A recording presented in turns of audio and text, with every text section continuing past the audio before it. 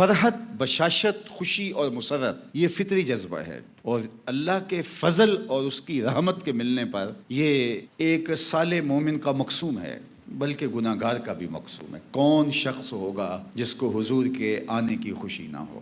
جو فل یفرحو کا حکم ہے، اس میں فرحت کو عام رکھا گیا ہے۔ اب وہ فرحت کا اظہار کیسے کرنا ہے یہ ہر شخص کے ذوق پہ چھوڑ دیا گیا ہے۔ کوئی روزہ رکھ کے فرحت کا اظہار کرتا ہے، کوئی کھانا بانٹ کے فرحت کا اظہار کرتا ہے، کوئی خشک راشن دینا چاہتا ہے، کچھ لباس بانٹتا ہے برہنہ بدن کو، غربا کو، کوئی چراغاں کرتا ہے، کوئی محفل کا انعقاد کرتا ہے، کوئی عقیدتوں کے رنگ میں ڈھل کے ذوق و شوق سے نعرے لگاتا ہے۔ ہر شخص کا اظہار فرحت کا سلیقہ اور اس کا جبلی، طبی اور فطری رجحان اور ذوق الگ الگ ہے۔ آپ غربا و مساکین کو راشن بانٹیں، آپ اللہ کے حضور شکر کے سجدے کریں، سب مروج ہے۔ اللہ کے محبوب تشریف فرما ہوئے مجمع صحاب میں مسجد نبوی کا ایک کونا تھا، اور وہ ایک مجلس برپا کیے ہوئے تھے۔ حجرہ انور سے نکلے اور ان سے پوچھا ما اجلسکم، تمہیں کس چیز نے بٹھایا ہے؟ تو انہوں نے کہا جلسنا نذکر اللہ و نحمدہ علی ما ہدانا لدینہ و مننا علینا بک۔ حضور ہم اس لیے بیٹھے ہیں کہ اللہ کی حمد بول رہے ہیں، اس کا شکرانہ ادا کر رہے ہیں، اس کا ذکر کر رہے ہیں، اس بات پر کہ اس نے ہمیں ہدایت دین دی اور آپ سے ہمیں نوازا۔ آپ جو مل گئے مصطفیٰ، اور کیا چاہیے؟ فضل رب العلا، اور کیا چاہیے؟ منع علینا ربنا اذ بعث فینا محمدا۔ حضرت حسان بن ثابت فرماتے ہیں ہم رب کا شکریہ ادا کرتے ہیں کہ انہیں محمد عربی عطا فرما دیے۔ لقد من اللہ علی المؤمنین اذ بعث فیہم رسولا۔ اللہ اکبر، یہ اس کا کرم ہے۔ نبیوں نے آرزویں کی ہے، میں نے کتب میں پڑھا ہے 12 پیغمبروں نے حضور کی امت میں ہونے کی آرزو کی ہے۔ اللہم اجعلنی من امت احمد، 12 پیغمبروں نے آرزویں کی ہیں۔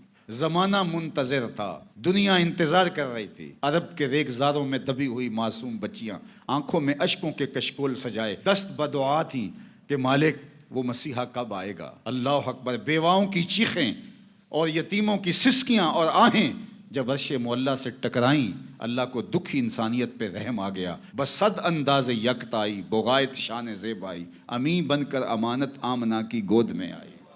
محمد عربی تشریف لے آئے تو ہم نے تو کوئی انتظار کی گھات میں بیٹھ کے مدتیں نہیں کاٹی، وقت نہیں گزارا۔ اللہ نے کرم کیا کہ ہمیں حضور کی امت میں ہونے کا اعزاز نصیب کر لیا گیا، اس پر شکرانہ بنتا ہے۔ اور صحابہ اس شکرانے کی مجلس کو برپا کیے ہوئے تھے، اور ظاہر ہے جب ایک کونے میں مجلس برپا ہوگی تو اس کے لیے نہ اشتہار کی ضرورت ہوگی، نہ اعلان کی ضرورت ہوگی، نہ شیرینی کی ضرورت ہوگی، نہ چاندنیاں بچھائی جائیں گی۔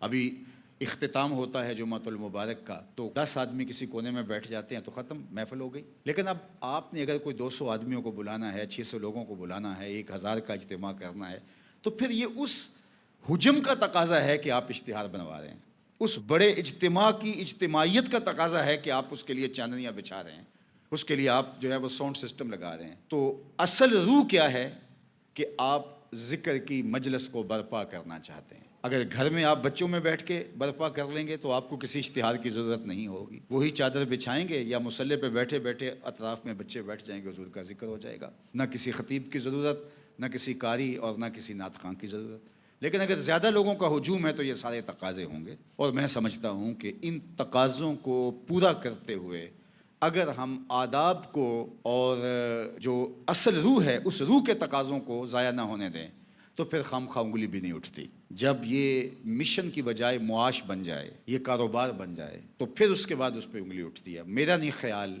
کہ جس کے سینے میں ایمان کی رمق موجود ہے اس کو حضور کے ذکر پہ کوئی اعتراض ہو، اور جس کو حضور کے ذکر پہ اعتراض ہے اس کے سینے میں دھڑکنے والا دل کسی مومن کا دل ہی نہیں ہے۔ اعتراض کس پہ ہوتا ہے؟ جو ایسی چیزیں ہوتی ہیں شریعت جن کی اجازت نہیں دیتی۔ اللہ اکبر۔ ہاں، اگر اس کو بہانہ بنا کے اصل کو روکنے کی کوشش کی جائے تو یہ ایک دوسری چیز ہے۔ اگر مرور زمانہ کے ساتھ کچھ خرابیاں آ گئی ہیں، معاش بن گیا ہے یہ مقدس مشن، تو پھر ہمیں تنقیح کی ضرورت ہے، صفائی کی ضرورت ہے۔ وہ اگر ہم کریں گے تو پھر ایک خوبصورت شکل نکلے گی، اور الحمدللہ ادارۃ المصطفیٰ نے اس کی شعوری کوشش کی ہے اور جس کا نتیجہ پایا ہے۔ ایسے لوگ جو معترض ہیں وہ ہماری مجالس کے اندر آ کے بیٹھتے ہیں اور وہ کہتے ہیں اگر یہ مجلس میلاد ہے تو ہمیں کوئی اعتراض اس پہ نہیں ہے۔